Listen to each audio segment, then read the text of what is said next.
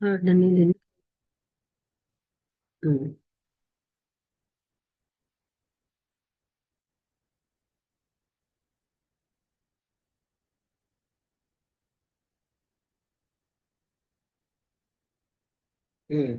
ఇది విన్నారా? ఇప్పుడే కదా పోయింది.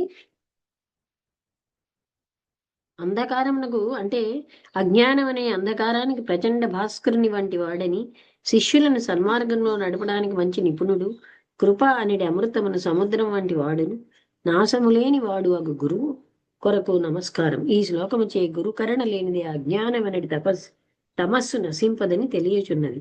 మరియు గురు అనే శబ్ద యొక్క అర్థమును క్రింది శ్లోకం వివరించుచున్నది. గుశబ్దస్త్వంధకారస్త్యాతృశబ్దస్థ నిరోధక అంధకార నిరోధిత్వాద్ గురు రీత్యభిధీయతే. గు అనే అక్షరమునకు అంధకారమని అర్థం. రు అనే అక్షరమునకు గాఢతమ మగు చీకటిని విలయమొందించెడి ప్రకాశమై ఉన్నది. కావున ఎవని కరుణచే శిష్యుని యొక్క అజ్ఞానమనడే కారు చీకటి రహితమై విజ్ఞాన ఉదయము కలుగునో వాడు గురువు అనబడను. ఊ అనే అక్షరమునకు అంధకారమని అర్థం. రు అనే అక్షరమునకు గాఢతమకు చీకటిని విలయమొందించిన ప్రకాశమై ఉన్నది. ఓహో, ఇట్టి మహిమగల గురుడా అవసరము లేదని చెప్పుట. తల్లి తండ్రి దైవముల కన్నా గురువు అధికుడు. ఏలనా అజ్ఞానము చేయగలుగు జనన మరణములకు హేతువైన ఈ జన్మ దుఃఖము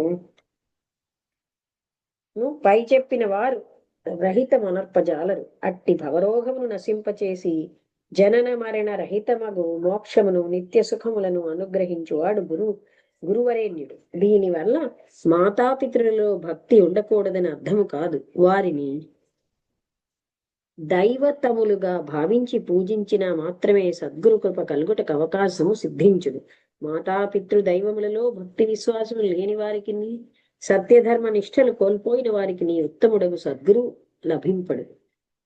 పై చెప్పిన సుగుణములచే పుణ్యాభివృద్ధి కలిగిన నిర్మల జీవులకు మాత్రమే పరతత్వమును బోధించే ఆచార్యుడు లభించుడు. మరియు దైవముండినను అట్టి దైవమును తెలియజేయువాడును, దైవ మార్గమును ఉపదేశించువాడును, దైవ పదవిని కలగజేయువాడును గురుడు కదా. కావున మాతాపితృ దైవముల కన్నా గురుడు అధికతరుడు. కావుననే గురు శబ్దమునకు అన్నిటికన్నా అధికమైనదియే అర్థం. దైవ పదవి కదా మోక్షము. అప్పుడు గురువు కన్నా దైవం అధికమని చెప్పరాదా? అట్లు చెప్పరాదు. ఏలనా భూమి క్రింది భాగమున అమృత కలసము ఉండినని తలంపుడు. అది అచ్చట నుండి మనకి దొరకనిచో ఎలాగున మృత్యు రహితమగును. అట్టి అమృతమును మనకు తీసి ఇచ్చినవాడు కదా గొప్పవాడు. అదే ప్రకారము దైవములో మనల్ని ఐక్యపరిచిన వాడు గురువే కనుక ఆచార్యుడే గొప్పవాడు. లేక దివ్యౌషధ సేవ చే మహారోగము రహితమైనట్టు తలంపుడు. అట్టి ఔషధమును మనకు అనుగ్రహించిన వైద్యుడు లేనియో ఏమి ప్రయోజనం? కనుక రోగరహితులైన వాడు వైద్యుని స్తుతించునా లేక మందును పొగడనా? మరియు ఒక్కరి ఇంటి లోపల అడుగు భాగమున గొప్ప ధనముండెను, మట్టి క్రింద నా నిక్షేపముండెను, అతనికి ఏమి సౌఖ్యము కలుగును? పాపము అతడు దారిద్ర్య బాధతే దుఃఖ జీవితం గడుపుచుండగా ఒక నిధి పరీక్షకుడు ఆ ధనమును వినిపై కరుణ కలిగి తీసి ఇచ్చెను. అప్పుడు పాపము ఆ బీద గృహస్థుడు ధనమును స్తోత్రం చేయునా లేక తీసి ఇచ్చిన వాణిని స్తుతించునా? అది ఇక్కడ ఈ పేజీ నంబరు 223లో ఆపేమండి.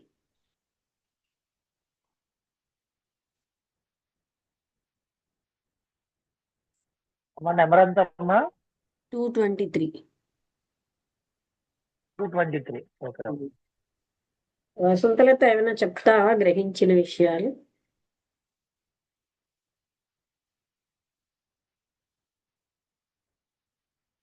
ఇవాళ గురువు తాలూకు ఆవశ్యకత గురించి చెప్పారు.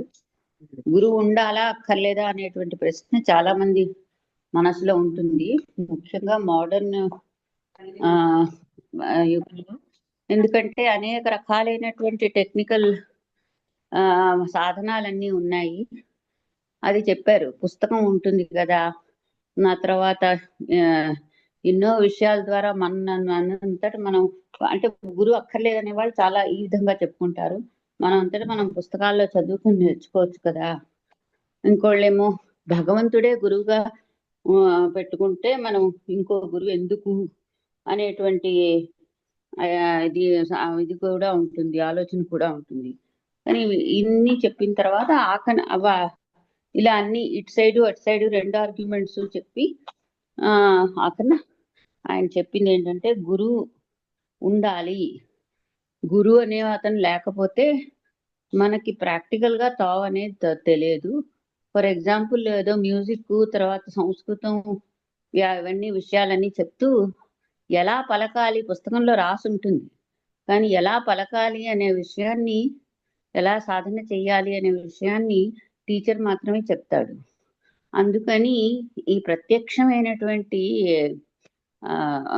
టీచింగ్ అనేది ఇంపార్టెంట్ మనకి విషయాలు తెలుసుకోవడానికి. అదే మీదకు వెళ్తే ఆధ్యాత్మిక లెవెల్లో భగవంతుడిని చేరుకోవడానికి, ఆ భగవంతుడి అంటే ఏమిటని చెప్పడానికి కూడా మనకి గురువు అన్ని తెలిసినటువంటి ఆత్మజ్ఞానం ఉన్నటువంటి గురువు తాలూకా ఆవశ్యకత ఉంటుంది అని, అది గురువు ఇంపార్టెంట్ అన్న విషయాన్ని చెప్పారు. బాగుంది. ఇంకెవరైనా మాట్లాడతారా? మన అర్హతను బట్టి ఎలాంటి గురువు దొరుకుతాడు అనేది కూడా ఉంటదండి. ఏంటండి? మన అర్హతను బట్టి మన మన భక్తి గాని మన శ్రద్ధ ఎలా ఉందో దాన్ని బట్టే ఎలాంటి గురువు మనకి ప్రాప్తం అన్నట్టు కూడా వస్తుందా? అవును, అలాంటి వాళ్ళే వస్తారు. నేను ఒక ఆయన ఏం మంచి గురువు దొరకాల చెప్పారంటే, మంచి గురువు దొరకాలంటే కూడా మనకు అర్హత ఉండాలి. అర్హత ఉండాలి, లేకపోతే అతను ఏం చెప్తున్నారు మనకు అర్థం కాదు. అదిను రెండోది ఏంటంటే, ఒక స్వామీజీతో మాట్లాడినప్పుడు ఏం చెప్పారంటే, కీకారణ్యంలో వెళ్ళాలి, అప్పుడు గైడెన్స్ ఇచ్చిన వాళ్ళు ఉంటే ఎటు వెళ్ళాలో చెప్తారు, గైడెన్స్ లేకపోతే అది చాలా ఇటు అటు తిరుగుతూ ఉంటాము అని అలా చెప్పారనమాట. అవునవును. బాబాగారి బాబాగారి సత్యరిత్రలో కూడా అదే గురువు ఉండాలి, మార్గాన్ని చూపించేవాళ్ళు అంటే ఈజీ అవుతుంది నీకు. అవును.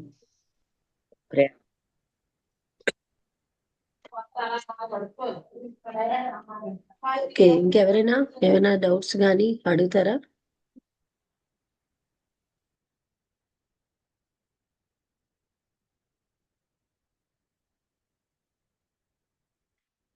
ఓకే, అయితే ముగించేద్దామా? రమణ గారు ఏమైనా చెప్తారా? అర్థమైందమ్మా.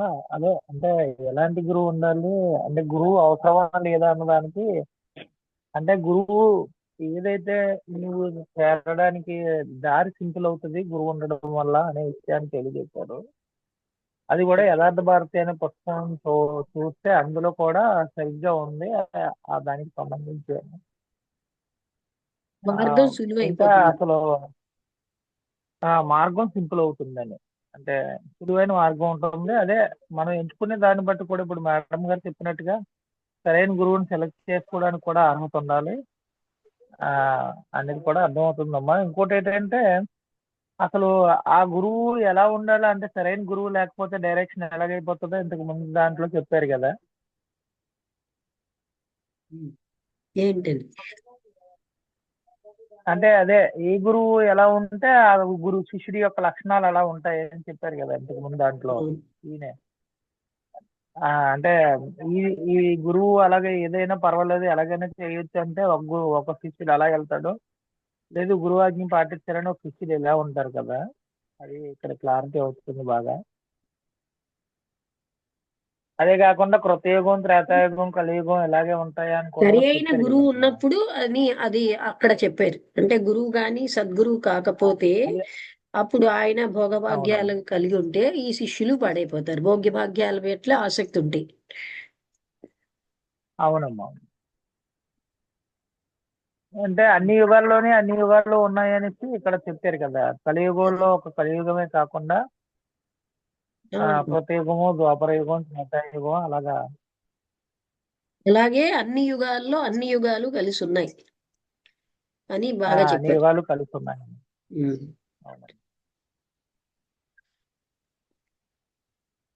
బాగుంది.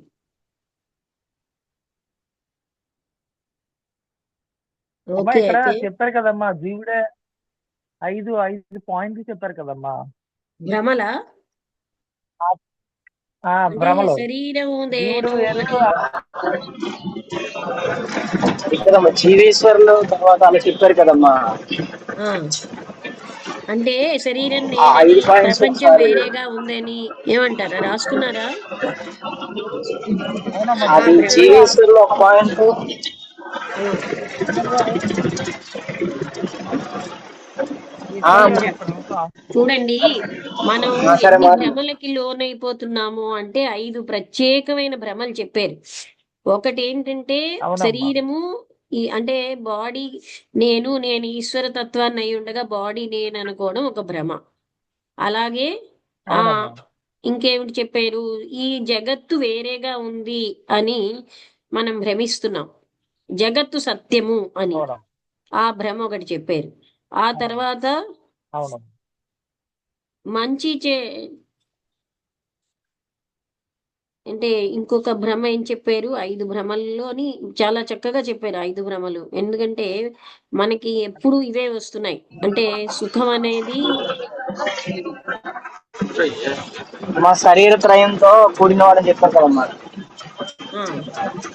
ఆ అంటే ఇదే శరీర నేను. త్రయంతో కూడిన వాడు. కరెక్ట్. శరీరత్రయమే నేను అయి ఉన్నాను అంటే ఏంటి, భౌతిక కామ మానసిక శరీరాలు. ఆ కరెక్టే. ఇలాంటి భ్రమలు ఉండబట్టే ఈ 5 భ్రమలు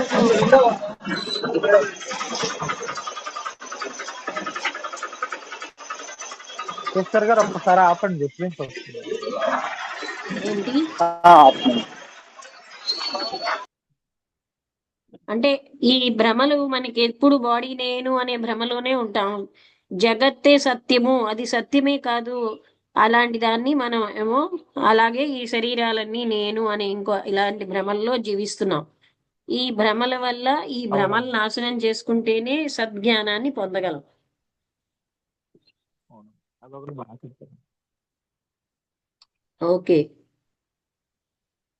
బాగుంది. అయితే ఆ పాయింట్ మీరు కవర్ చేశారు. అవును సరే అయితే ముగించేద్దామా, ఇంకేమైనా చెప్తారా? నమస్తే అమ్మా. అంటే మనం భ్రమ అంటే ఏంటి, అసత్యంలో జీవిస్తున్నాం.